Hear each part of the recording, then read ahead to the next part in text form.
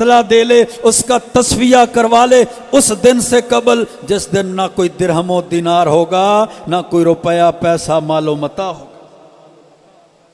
حضرت جابر رضی اللہ تعالیٰ عنہ فرماتے ہیں، صحیح مسلم کی حدیث ہے، اللہ کے رسول علیہ الصلوۃ والسلام نے فرمایا اتقوا الظلم فإن الظلم ظلمات یوم القیامہ، کسی پر ظلم کرنے سے بچ جاؤ، وہ ظلم دھوکے کی صورت میں ہو، وہ ظلم رشوتوں اور سود کی صورت میں ہو، وہ ظلم تمہارے ہاتھ لوگوں کے گریبان تک پہنچنے کی صورت میں ہو، وہ ظلم تمہاری زبان سے لوگوں کی عزتوں کو تار تار کرنے کی صورت میں ہو، وہ ظلم تمہارے ہاتھ لوگوں کے گریبان تک پہنچنے کی صورت میں ہو۔ اتقوا الظلم، ظلم سے بچو، ظلم کل قیامت کے دن اندھیروں کے سبب ہوں گے۔ واتقوا الشح، بخیلی سے بچ جاؤ، حرص سے بچ جاؤ، لوگوں کے ساتھ مقابلہ کرنے سے، مقابلہ بازی سے بچ جاؤ، تم سے پہلی امتوں کو بخیلی نے، حرص نے ہلاک کر دیا تھا۔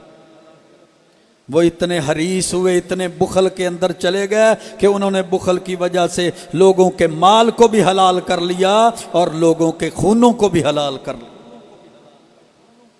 حضرت ابو ہریرہ رضی اللہ تعالیٰ عنہ فرماتے ہیں کہ اللہ کے رسول علیہ الصلوۃ والسلام نے ایک دن مجھے فرمایا من یأخذ منی ہؤلاء الکلمات، مجھ سے یہ کلمات کون سیکھے گا اور وہ ان پر عمل کرے، یا وہ بندہ جو مجھ سے سیکھ لے اور لوگوں کو وہ کلمات سکھائے؟ حضرت ابو ہریرہ رضی اللہ تعالیٰ عنہ فرماتے ہیں میں نے کہا اللہ کے رسول علیہ الصلوۃ والسلام میں آپ سے یہ کلمات سیکھوں گا، میں ان پر عمل کروں گا، میں لوگوں کو ان کلمات کی تعلیم دوں گا۔ فأخذ بیدی فأد خمسا، حضرت ابو ہریرہ فرماتے ہیں اللہ کے رسول علیہ السلام نے میرے ہاتھ کو پکڑا، پھر 5 باتیں مجھے سکھائیں، 5 کلمات مجھے سکھائے، 5 عمل مجھے سکھائے۔ ان میں سے سب سے پہلا عمل